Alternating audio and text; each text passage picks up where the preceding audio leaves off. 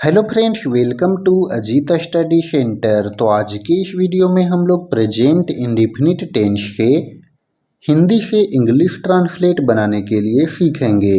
तो चलिए शुरू करते हैं आज के इस वीडियो को। तो इस वीडियो में हम लोग एक वाक्य को 6 वाक्य बनाएंगे और उसके बाद हिंदी से इंग्लिश ट्रांसलेट बनाएंगे। तो यहाँ पर देखिए, फर्स्ट में है सोनम हॉकी खेलती है। सोनम हॉकी खेलती है, ये अफर्मेटिव सेंटेंस है, ठीक है। उसके बाद देखिए, सोनम हॉकी नहीं खेलती है, ये निगेटिव सेंटेंस हुआ क्योंकि यहाँ पर नहीं है, नकारात्मकता का बोध हो रहा है। उसके बाद क्या सोनम हॉकी खेलती है, तो ये जो है क्वेश्चन मार्क लगा हुआ है, यानी कि ये इंट्रोगेटिव सेंटेंस है, यहाँ पर क्वेश्चन अराइज हो रहा है, ठीक है। उसके बाद यहाँ पर देखिए, क्या सोनम हॉकी नहीं खेलती है, ये जो है वो इंट्रोगेटिव एंड निगेटिव सेंटेंस है, क्योंकि यहाँ पर देखिए क्वेश्चन भी अराइज हो रहा है और यहाँ पर निगेटिव भी है, यानी कि नकारात्मक भी है, ठीक है। उसके बाद सोनम हॉकी क्यों खेलती है, तो यहाँ पर देखिए क्यों का प्रयोग हुआ है, यानी कि ये WH क्वेश्चन है और फिर यहाँ पर क्या है, ये interrogative sentence, WH question and interrogative sentence है। और उसके बाद सोनम हॉकी क्यों नहीं खेलती है, ये WH क्वेश्चन का इंट्रोगेटिव एंड निगेटिव सेंटेंस है। तो चलिए हम लोग बारी बारी से एक ट्रांसलेट को हिंदी से इंग्लिश बनाते हैं। देखिए, फर्स्ट में है सोनम हॉकी खेलती है, तो ये जो है वो प्रेजेंट इंडेफिनिट टेंस का वाक्य है, यानी कि प्रेजेंट इंडेफिनिट टेंस का जो पहचानने का नियम होता है वो क्या होता है, तो जिस वाक्य के अंत में ता है, ती है, ते हैं, ता हूँ इत्यादि लगा रहता है, तब हम उसे प्रेजेंट इंडेफिनिट टेंस का वाक्य समझते हैं। तो सभी वाक्य में ती है ना, तो ये जो है वो प्रेजेंट इंडेफिनिट टेंस का वाक्य हुआ। तो यहाँ पर इसको जो बनाने का नियम है, जो अफर्मेटिव सेंटेंस है उसका बनाने का नियम यानी स्ट्रक्चर क्या होता है, तो इसका बनाने का नियम होता है सब्जेक्ट प्लस V1 या V5 प्लस ऑब्जेक्ट।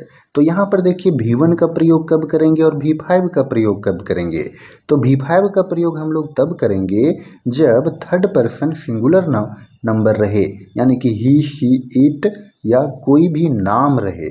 तो यहाँ पर देखिए नाम है, सोनम जो है वो क्या है, एक लड़की का नाम है, तब यहाँ पर हम लोग प्रयोग करेंगे V5 का। देखिए यहाँ पर है सोनम, तो यहाँ लिख देंगे सोनम। उसके बाद वर्ब है, वर्ब देखिए यहाँ पर है खेलती, यानी कि खेलना, तो खेलना का इंग्लिश होता है प्ले, तो प्ले लिख दिए। उसके बाद यहाँ पर देखिए ये जो है ना सोनम, वो एक लड़की का नाम है और कोई भी नाम जो होता है वो थर्ड पर्सन सिंगुलर नंबर होता है, तो उसमें जो वर्ब होता है उसमें एस या ES लगाते हैं, ठीक है। तो यहाँ पर हम एस लगा देंगे, तो ये हो जाएगा प्लेज, तो सोनम प्लेज। तो ऑब्जेक्ट, अब यहाँ पर ऑब्जेक्ट में है हॉकी, ठीक है, तो हॉकी लिख दिए और फिर फुल स्टॉप लगेगा। तो इस तरह से Sonam pledge hockey, Sonam hockey खेलती है, ये हो गया अफर्मेटिव सेंटेंस, ठीक है। चलिए आगे आइए, सेकेंड में है निगेटिव सेंटेंस, सोनम हॉकी नहीं खेलती है। तो जब यहाँ पर नकारात्मकता का बोध होता है, जब निगेटिव सेंटेंस होता है, तब हम प्रयोग करते हैं डू और डज का। तो डू का प्रयोग हम कहाँ करते हैं, आई, वी, यू, दे, ये सब में हम लोग प्रयोग करते हैं डू का, और बाकी जो बचता है थर्ड पर्सन सिंगुलर नंबर जैसे कि ही, शी, ईट और कोई भी नाम, उसके साथ हम लोग डज का प्रयोग करते हैं। तो नाम यहाँ पर है सोनम, तो लिखेंगे सोनम, तो नाम के साथ डज का प्रयोग करेंगे, तो सोनम डज, उसके बाद नॉट। उसके बाद देखिए यहाँ पर क्या था, V5 का प्रयोग हुआ था, लेकिन अब हो जाएगा V1, यानी कि प्ले और फिर हॉकी और फिर फुल स्टॉप। तो इस तरह से देखिए Sonam does not play hockey.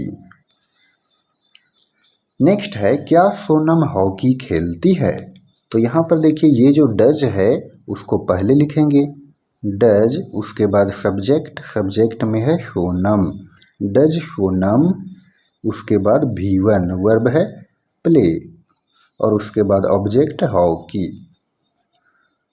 और फिर क्वेश्चन मार्क लगा देंगे।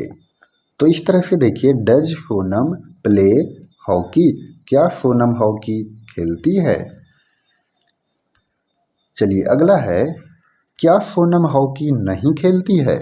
तो यहाँ हो जाएगा डज, उसके बाद सब्जेक्ट में है सोनम, डज सोनम, उसके बाद देखिए सब्जेक्ट के बाद नॉट का प्रयोग करेंगे, डज सोनम नॉट, उसके बाद प्ले हॉकी, और फिर क्वेश्चन मार्क लगेगा।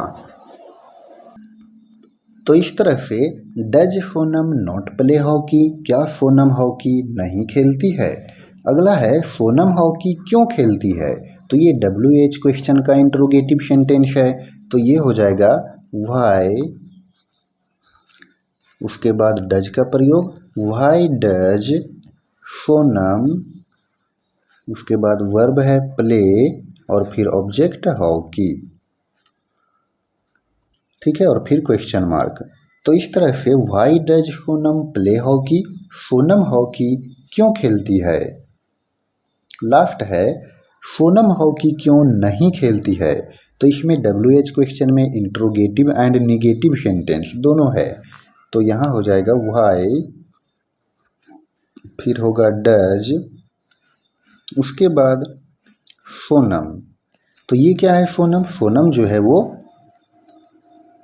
सब्जेक्ट है, तो सब्जेक्ट के बाद फिर नॉट का प्रयोग करेंगे, तो why does Sonam not play hockey,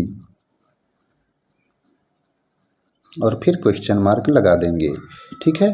तो सोनम हॉकी क्यों नहीं खेलती है, इसका इंग्लिश ट्रांसलेट बन जाएगा why does Sonam not play hockey. तो फ्रेंड्स, आई होप कि आपको प्रेजेंट इंडेफिनिट टेंस से एक वाक्य से 6 वाक्यों का हिंदी से इंग्लिश ट्रांसलेट बनाने के लिए आपको अच्छे से समझ में आया होगा। तो अगर आपको ये वीडियो पसंद आया हो तो आप इस वीडियो को लाइक करें, और चैनल पर नए हों तो चैनल को सब्सक्राइब ज़रूर करें। धन्यवाद।